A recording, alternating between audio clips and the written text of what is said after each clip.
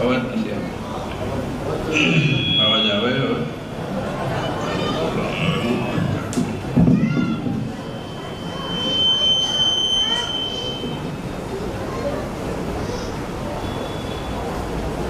મારો અવાજ છે માન જેવો નથી એટલે એક જ આવે બધું.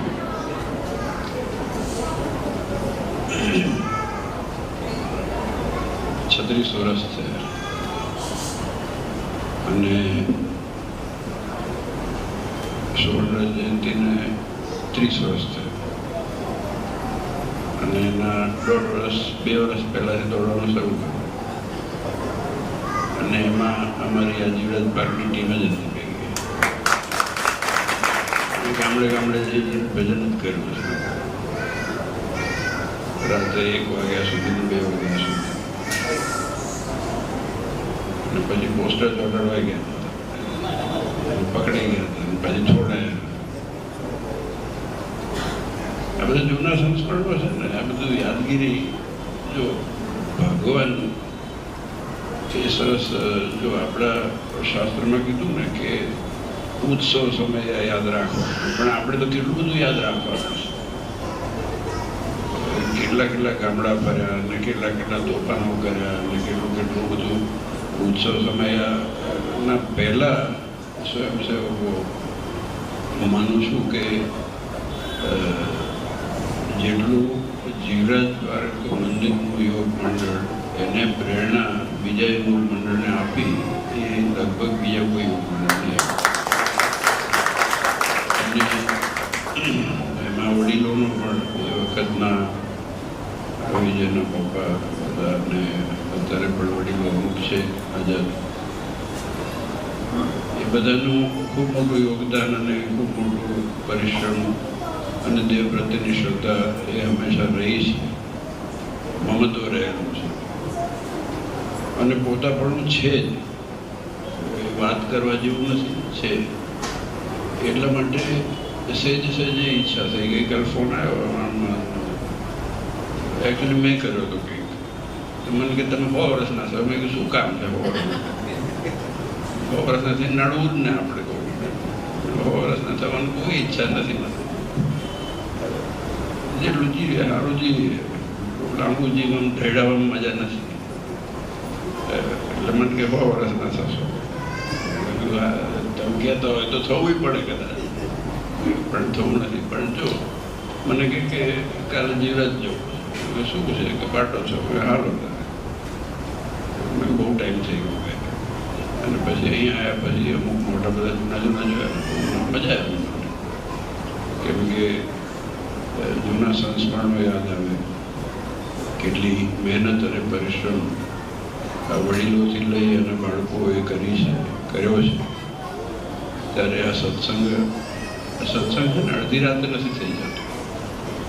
આજે ત્રીજી પેઢીઓ જોઉં છું અત્યારે આ મંદિરમાં, ત્યારે આનંદ અને ગૌરવ એ વસ્તુનો થાય કે આ પેઢી દર પેઢી સત્સંગ, સંસ્કાર, પરંપરા જાળવીને રાખવું, એના માટે મંદિર કેટલું આવશ્યક છે. અને એ તમે જે રીતે સાચવીને, વહીવટ કરીને કે ઉત્સવ સમય કરીને જાળવી રાખ્યું છે ને, એના લીધે થઈને છે, વાસ્તવિકતા છે. અને એ જાળવી રાખવાનું છે. આ બહુ મોટું કામ છે, બહુ મોટી જવાબદારી છે. દુનિયામાં સત્સંગ કરવો એ બહુ અઘરો થઈ ગયો છે.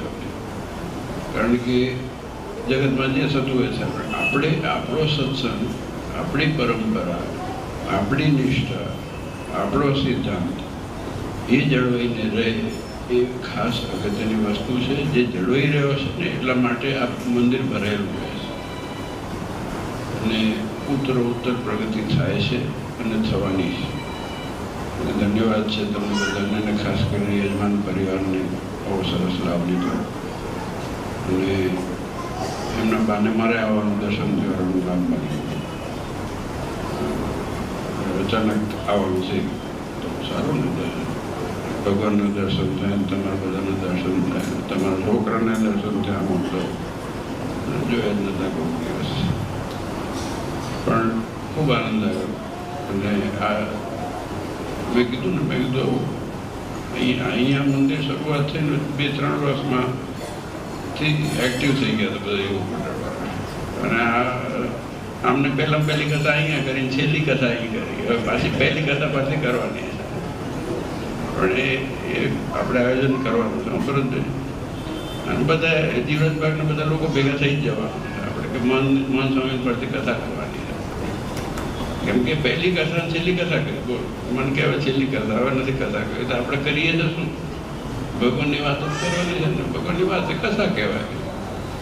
અને બેઝિકલી જો આ મંદિર સાથે નહીં, ભગવાન સાથે નહીં, આ આખા ભગવાન અને એક નાના બાળક હરિભગત સાથે અંગત એક સંબંધ છે. આ સંપ્રદાયમાં છે ને બહુ જુદી પ્રણાલિકા છે, બીજી બધી દુનિયા જેવું નથી.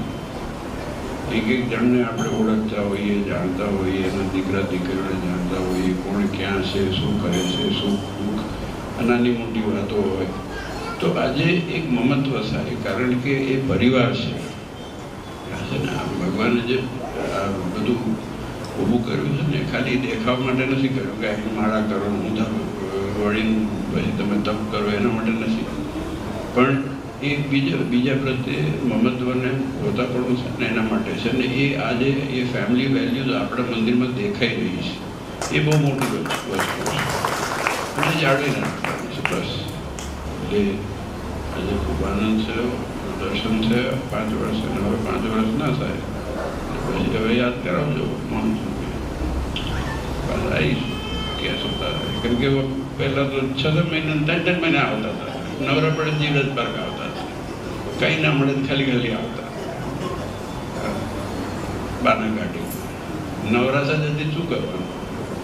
મોટા તોડ્યા કરતા ભગવાનના મંદિર જેવું સારું. આ બધા આગળ કરતા હતા. તો અને એમને મમત્વ અરસપરસ હોય છે. અને મૂળ છે ને ભગવાનના લીધે આપણે જોડાઈને રહ્યા છીએ. એટલે એમને કેન્દ્ર સ્થાનમાં રાખશું ત્યાં સુધી આપણે સુખી જ છીએ. આપણે બહુ ભાગ્યશાળી છીએ કે આવો સરસ આપણને લાભ મળ્યો છે. અને આજે આ યજમાન પરિવાર અને આવેલા વિશેષ મહેમાનો છે. અને આપ સૌ હરિભક્તો, આપ સૌના પરિવાર ઉપર ખૂબ ભગવાનનો આશીર્વાદ પાઠવે, દીકરા દીકરીઓ ઉપર, દરેક ઉપર ખૂબ આશીર્વાદ પાઠવે, દરેક નાના મોટા સંકટ પરિપૂર્ણ કરે. એ જ નાના દિના